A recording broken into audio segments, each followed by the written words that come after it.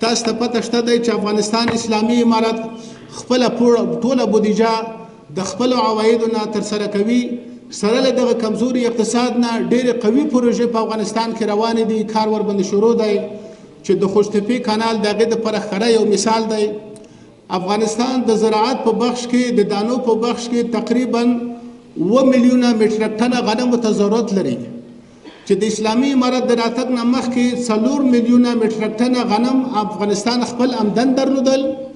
په دا 2.5 کالو کې تقریبا 1 میلیون میټریک ټنه نور د افغانستان په آمدن کې د افغانستان د غنمو په حبوباتو دانو کې زیاتوالی راغلی چې تقریبا 15 میلیونه میټریک ټنه ته زموږ ته خپل آمدن رسیږي.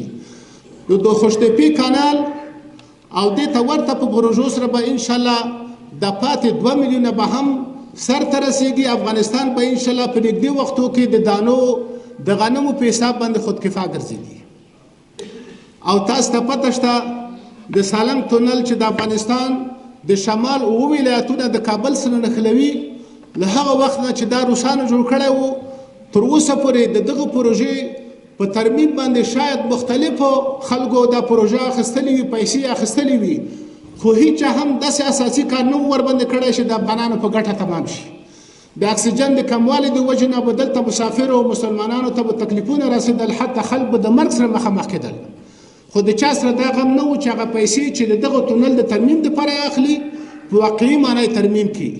یوازې اسلامي امارت دی چې په خپل آمدن باندې بغیر له دې نه چې خارجي مرسته ورسره وي دغه تونل یې سره له دې نه چې د یخني موسم ورباندې راغی، خو بیا هم په کم وخت په عاجل وخت کې هغه ضروري تونل په کم وخت کې ترمیم شو، ورسره ضروري برنډه چې انشاءالله د هوا په ښه کېدو سره به د تونل پاتې برخې چې د شمالي سالنګ طرف د کلګي سره به وصل کېږي او دې طرف د جبسراج سره چې مجموعه تقریبا 80 کیلومتره د سالنګ په دغه پلان کې شامل دی.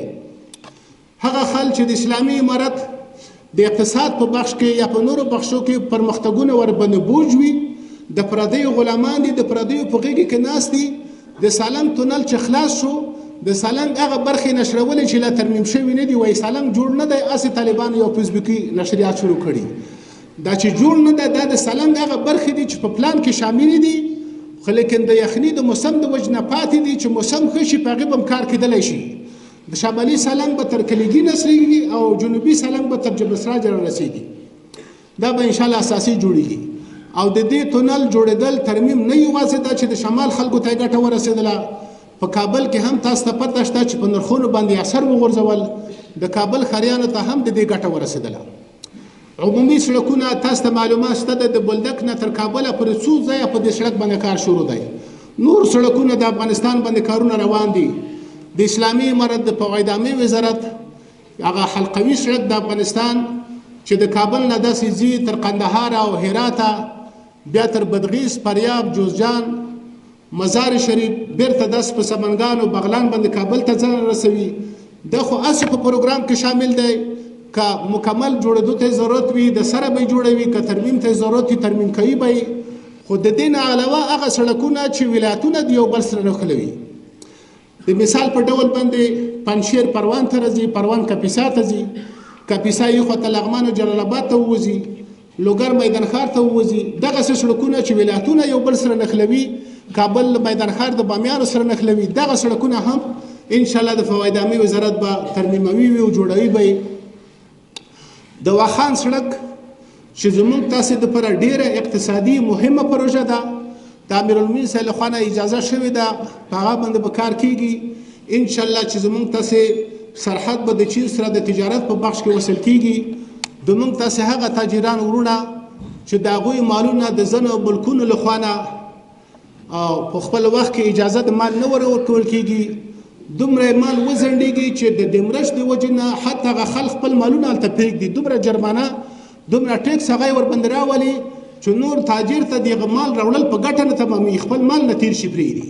نو که چېرته زموږ دغه لاره د چین سره وصل شي نو موږ به د پردیو د احتیاجاتو نه خلاص شو، برای راست به دغه ځای نه خپل تجارت به هم ځي ورځي. او هغه سړک به هم تاسو معلومات لرئ د فیض آباد نه د واخان تر اخري سرحده پورې تقریبا 400 کیلومتره سړک دی چې په دې کې اکثریت قاطع جوړ دی، څه پوخ کریزي اساسي جوړ دی، څه جغل اندازي دی. هغه سړک چې نوی جوړول ته ضرورت لري هغه تقریبا د 100 کیلومتر نه هم ډېر کم دی او دا سړک جوړول په دې اسانه دی چې دا تونل ته ضرورت نه لري غر مکمل رکندل نه دي دره ده د غره یو بله ډډه وهل دي دا سړک تخنیکرانو ته جوړول ډېر اسانه دي چې دلته انجینران ناست دي هغه په پوهېږي یعنې دا سړک جوړول دومره مشکلات فوایدامي ته نه لري د فوایدامي وزیر صاحب چې ما ته معلومات راکول ډېرې اسانه بلل دا کار